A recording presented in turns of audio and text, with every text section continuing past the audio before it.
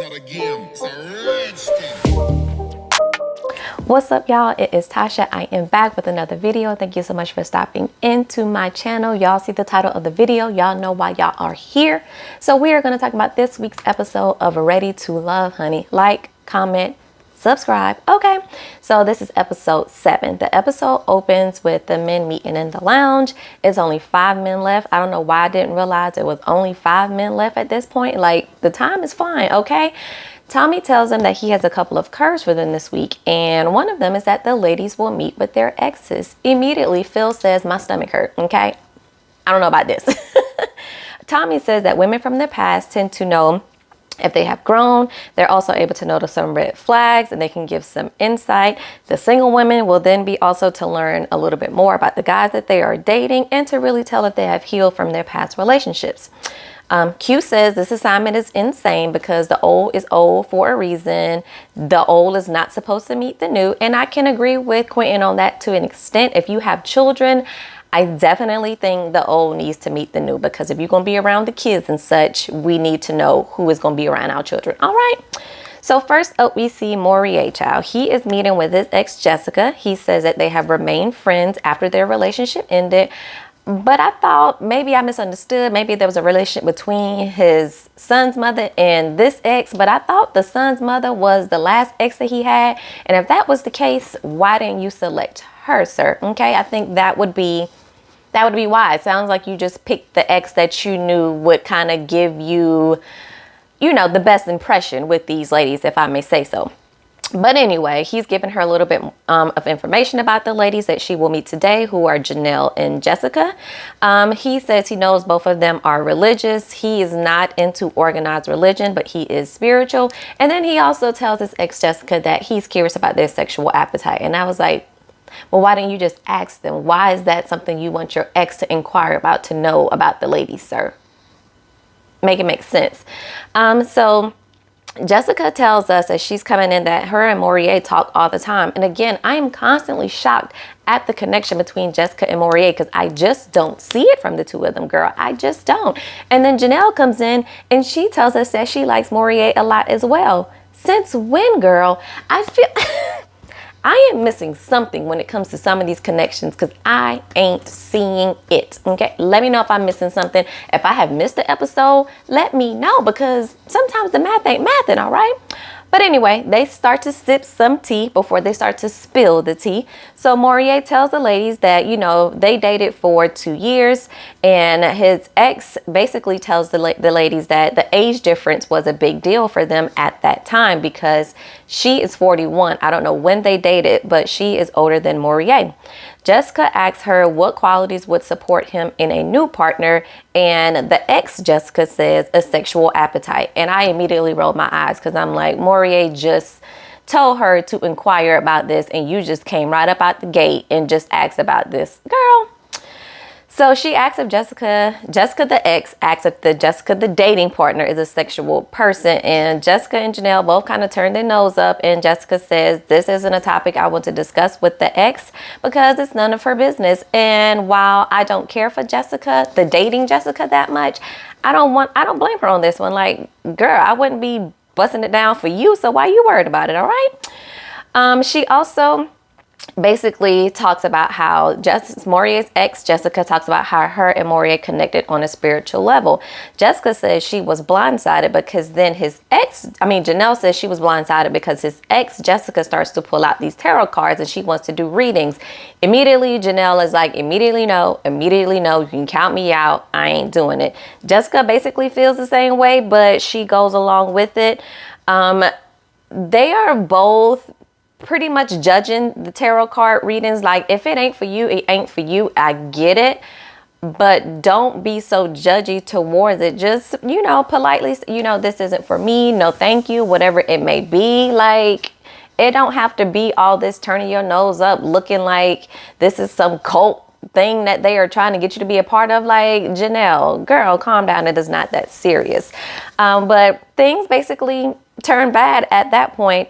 And I don't believe there was no turning back. And Janelle, again, says she's blindsided because well, her and Jessica, because Morier hasn't mentioned this. And I'm just like, how y'all been talking so much and y'all like each other so much, but y'all have not talked about religion or spirituality? Like, I'm not going to put this all on Morier, because Janelle and Jessica, if religion is so important to you, that should be one of the first few questions that you ask someone that you want to potentially date. Like, if you know that's going to be a deal breaker for you, you need to get that question out the way, out the gate, and not get to know all these other things and start feeling this person all on another level, when you know, if they don't, go to church with you every Sunday, Easter, Mother's Day, Christmas, whatever it is, that's going to be a deal breaker for you. Get that out the way, and let's not waste people's time. That's all I got to say, okay?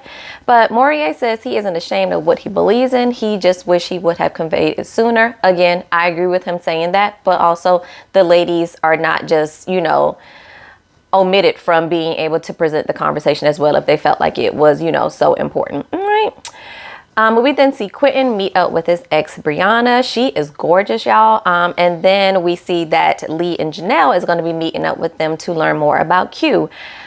Child, at this point, I was already tired of Janelle this episode. Like her and Jessica, the vibes they give off and how they enter into a room and the energy shifts. Like, I am just not here for it, child. On the other side of town, we see that Chris is meeting with his ex, Valerie, and she will be meeting with Aries and Jessica.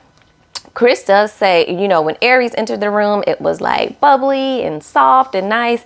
Chris says when Jessica entered the room, there was like an immediate shift in energy. And he also noticed that his ex, Valerie, her demeanor changed a bit. So over back with Quentin, Brianna asked the ladies about the physical connection with Q. And they say, we're dating multiple people here, so there basically is no physical connection. I don't think that stuff should really be happening, like kissing and all that, until, it's kind of down to the wire. And Brianna's like, so once one of y'all are eliminated, basically, because y'all are fighting for his attention, okay? The ladies then ask, when it comes to Chris, they asked Valerie why their relationship ended, and she said she did not want to be a forever girlfriend. He does take this opportunity to apologize to her, because he just says, not making any excuses for it. That's just where I was at that point in my life. Over back with Q, Lee asked his ex what ended their relationship, and she told them that he did not want to be exclusive. And when she said that, I then wanted to know, well, how long ago was this relationship? Because if it's been, not that long ago, what has changed between now and then that now you feel like you're ready for love, Quentin? Like, you're making me give you the side eye, and I need some background information. She tells us that Q was content with being single. And then Q lets us know that he ghosted Lee a little bit the other day because the process was really getting to him and he was kind of getting in his head. That completely threw Lee off course, and she was not herself for the rest of the date. And she said she really just did not appreciate him kind of throwing that out there in front of Janelle when Janelle is his other connection. So back over with Chris and his ex, she asked about support when it comes to a partner, because basically when they were together, a lot of the days were spent with her being of servitude to him, and she didn't get a lot of support for him. Child, y'all know that was a complete red flag for Jessica. And I agree that that is a red flag, that there needs to be a balance. Like, every day is not going to be 50-50. Some days it's going to be 20 for me, 80 for you, and some days it's going to be vice versa. But there does need to be some sort of balance when it comes to a relationship where one person does not feel like they're constantly pouring out to the other person, pouring into the other person, and they're not getting their cup filled up from their spouse in that same area. But I need to know how long ago this relationship was too, child. But back over with Lee and Quentin and his ex and Janelle, Lee says she really did not make the most of the meeting with Q's ex, because after Q, made that comment about him ghosting her a little bit, she said she just eventually shut down. And once Janelle and Lee leave, basically Quentin noticed it and his ex noticed it as well. And Quentin says he will need to dig into that. And I'm curious if he actually did that, because I don't know by the end of the episode. So Jessica and Aries leave the date with Chris and his ex tells him that Aries is really sweet and she likes her soft, nurturing energy that she has. With Jessica, she tells him that her energy out the gate was overpowering and there really isn't any softness to her, and he really needs that softness. He's mentioned that before, and his ex knows that that's what he needs. And in that vein, Jessica is out the running because that's just not her, okay? And I agree with the ex that there's nothing wrong with being strong, don't get me wrong, but I think Jessica has a hard time balancing the strong and the softness to know when she needs to turn it on and turn it off. It just seems like it's strong 100% all of the time. And girl, I don't know about you, but I don't want to be strong all the time. I want to be soft, okay? So next we see Herbert and his ex, who is meeting with, of course, Janelle. At this point, Janelle, who are you focusing on, ma'am? Because you have met 3 exes at this point. Do you have a top contender? Because it's feeling like you just want to get to know everybody and you want the men to fight over you. That's what I'm getting at this point. So at the same time, we see Morier with his ex, Jessica, again, and this time he is meeting with Sierra. He says that Sierra is really cool and gives homegirl vibes, but want to see if that can translate into a relationship. And I just don't see it for the two of y'all with that. And then we see Sierra in the confessional, child, and she says she came up to the date and saw Morier's ex, and she was like, "Ooh, I thought that was Tanquilla, that was Tranquilla, that was Tomato," and the producers was like, "Tequila." Sierra said, "Ooh, child, she lived so long ago, I don't remember her name, child." When I told you I hollered as I was watching that, Sierra she is definitely a Kiki, but her match ain't here, okay? His ex asked if she cared that he was still friends with his exes, and Sierra's like, "No, as long as we open and honest about everything, do what you want to do." And then Morier makes a comment about his ex that he missed it. And I was like, "Well, what does that mean, sir? Did you messed up and did you miss your opportunity with her and you're over it? Do you feel like you missed it and this is your soulmate and your ex is who you're supposed to be with?" Like, sir, how you gonna make that comment in front of someone that you say you are potentially interested in romantically? Okay. So Janelle talks about kids with Herbert and his ex, and she says she wants to be a parent, but she isn't sure she actually wants or needs to have the kids, but she is open to adoption. Herbert says this isn't a discussion they have had, and he, of course, wants biological children. And when they talk about a timeline, she said she wants to be engaged by the end of the year, at the top of the year. I'm assuming this was filmed last year, so she was talking about end of 2022, early into this year. I would love to know where she's at with that now. I have a sneaky suspicion it ain't there. Morier then asks about Sierra. Morier's ex asks about Sierra's beliefs on premarital sex, and she's like, "Girl, we got to test drive that thing. I don't want to be at the altar trying to figure out what is popping. I need to already know that we gonna be good in that department. We see each other, okay?" Herbert's ex then says that Herbert can be a little bit slow, and he has admitted that himself. We've heard him do that, and the other ladies have made comments about, texting him just not really putting forth the effort or the pressure. So it seems like he's consistent, at least in that. Once Janelle leaves, his ex tells him that he is concerned about Janelle's timetable and that the whole biological kids thing, because it doesn't seem like Janelle really needs to have biological children. And she also wants to move things along faster when it comes to engagement and marriage than it seems like Herbert wants to. Now, I can't recall how old Herbert is, but Herbert is acting like he got all this time to have kids. If I remember correctly, he has to be like late 30s, early 40s. Just because as a man you can produce kids forever does not mean you should do that. Who wants to be 50 years old with a newborn, sir? Like, get it together and quit acting like you some young spring chicken, okay? So Sierra wraps up her lunch with Morier and his ex, and basically the lunch did not make a difference. He still gets friend zone vibes from her, and he's like, he needs more time. And I am like, no, you don't need any more time. Y'all are just cool homegirl, homeboys vibes with each other. And that's okay. We don't need to push a romantic interest going here because y'all just don't have it. So next up, we see Phil and his ex, Amina. She's going to meet with Aries, Keyra, and Kat. And when he said that, I was like, where in the hell did Keyra and Kat come from? Since when are they in connection with Philip, child? Y'all just be going on dates with any old body, okay? Anyway, so at the lunch with Amina and Philip, Aries is gonna meet. And then we later see Keyra and Kat meet with them at his home. And basically that kind of told the story.